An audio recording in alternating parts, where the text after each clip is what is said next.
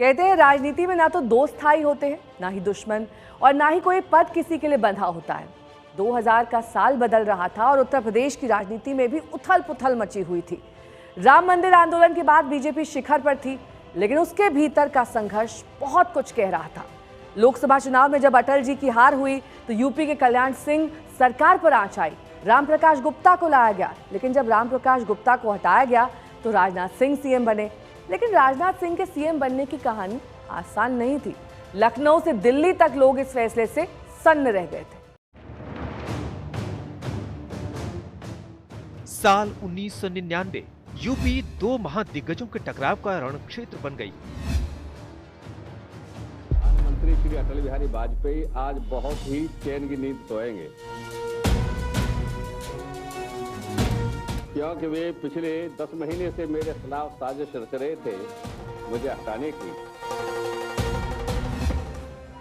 उस समय बीजेपी का मतलब ही था अटल बिहारी वाजपेयी, और हिंदू हृदय सम्राट की विराट छवि वाले कल्याण सिंह ऐसे थे जैसे पार्टी की विचारधारा का परिचय पत्र। लेकिन दोनों के बीच मतभेद भी थे, मनभेद भी था। कल्याण सिंह 6 दिसंबर को जब विवादित ढांचा ढहा तो उसके बाद कल्याण सिंह को ये महसूस होने लगा, और ये बात सच भी है कि पूरे देश में कल्याण सिंह हिंदूवादी बड़े नेता के रूप में उभर के आए। और शायद कल्याण सिंह को इस बात का गलतफहमी या भ्रम हो गया कि वो अटल जी, अडवाणी जी, उस समय के अशोक सिंघल जो मंदिर आंदोलन से जुड़े रहे बड़े नेता थे, राजमाता सिंधिया, इन सबसे ज़्यादा या उनके समकक्ष उनका एक कद बढ़ गया है। कल्याण सिंह को इस बात की शायद गलतफहमी हो गई।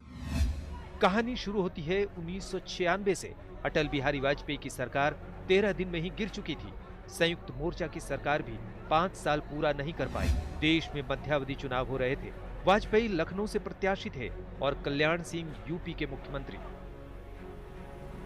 अटल बिहारी वाजपेयी तो लखनऊ से चुनाव जीत गए, लेकिन पूरे यूपी में बीजेपी की सूरत बिगड़ गई।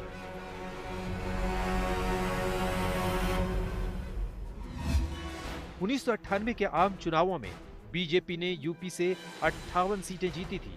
1999 के मध्यावधि चुनावों में जीती सिर्फ 29।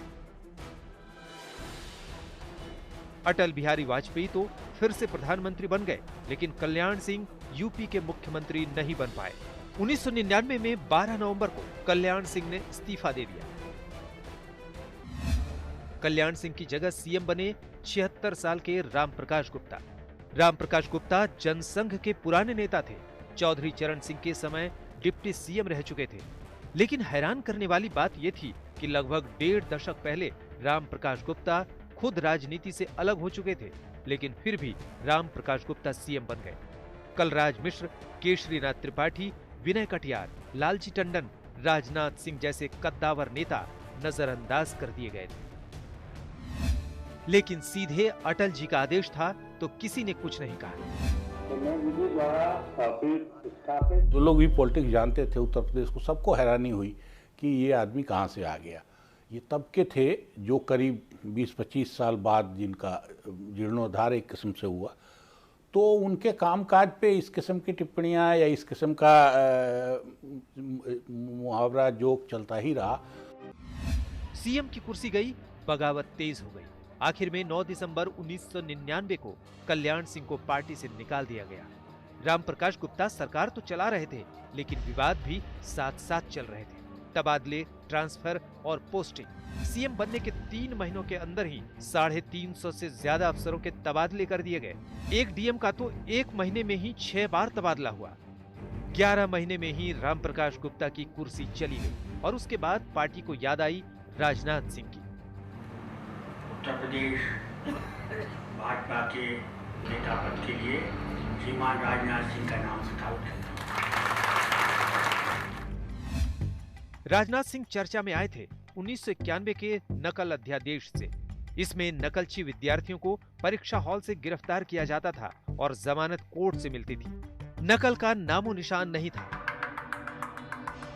1993 में चुनाव हुए तो राजनाथ सिंह जरूर हार गए, लेकिन 1996 में फिर प्रदेश अध्यक्ष बनकर लौटे थे। शुद्ध हिंदी और संघ का आशीर्वाद साथ था, इसलिए जैसे ही राम प्रकाश गुप्ता की कुर्सी गई, राजनाथ सिंह सीएम बन गए। राजनाथ सिंह, ईश्वर की शपथ लेता हूं कि मैं विधि द्वारा स्थापित भारत के संविधान के प्रति सच्ची श्रद्धा और निष्ठा रखूंगा। हटाने का प्रश्न नहीं है, स्वाभाविक है कि अवस्था बहुत अधिक हो चुकी थी। अब उन लोगों ने, मैं तो माननीय राम प्रकाश जी के बारे में तो कह सकता हूँ, उन्होंने मुझसे भी कहा था कि राजनाथ सिंह, अब उत्तर प्रदेश जैसे बड़े राज्य में इतनी बड़ी जिम्मेदारी निभाने में मैं कठिनाई महसूस करता हूँ, और यही इच्छा उन्होंने प्रधानमंत्री जी से भी व्यक्त की थी। वैसे ही उत्तर प्रदेश में भी इसके पहले आदरणीय राम प्रकाश जी गुप्त मुख्यमंत्री थे। उसके बाद उन्होंने जब ये कहा कि अस्वस्थता के कारण मैं आगे निभा नहीं सकता हूँ, इसलिए केंद्रीय नेतृत्व ने मुझे निर्देश दिया कि उत्तर प्रदेश की जिम्मेदारी आप संभालिए। मैं संभाल रहा हूँ और पूरी ईमानदारी के साथ और फुल डिवोशन के साथ। अस्वस्थता की बात करें, अक्षमता थी या अस्वस्थता थी राम प्रकाश जी की? राम प्रकाश जी की अक्षमता नहीं कही जा सकती। वो इलाहाबाद यूनिवर्सिटी के मैथमेटिक्स के टॉपर रहे हैं। राजनीतिक सूझबूझ उसकी सभी एक वो उनकी दाद मानते रहे, और इतना ही नहीं बल्कि राजनीतिक विश्लेषक के रूप में भी उनकी हमारे उत्तर प्रदेश में मान्यता रही है। और इसके पहले भी जब जब उन्होंने शासन में जिम्मेदारी निभाई है, उन्होंने शासन का बराबर, शासन के प्रति लोगों का विश्वास पैदा करने में सदैव सफलता प्राप्त। राजनाथ सिंह मुख्यमंत्री रहे, खूब ऐलान किए, इतने की विपक्षी उन्हें घोषणानाथ कहने लगे। किसान पंचायतें शुरू की, धान और गेहूं की अधिक खरीद की स्टेट पॉलिसी बनाई, गन्ना खरीदों को समय पर भुगतान की योजना बनाई, आरक्षण का मुद्दा उठाया, कमेटी बनाई, लेकिन मामला कोर्ट में फंस गया। बड़े पैमाने पर नौकरियों में भर्ती के लिए समूह ग की भर्तियां निकाली, ये मामला भी परवान नहीं चढ़ सका।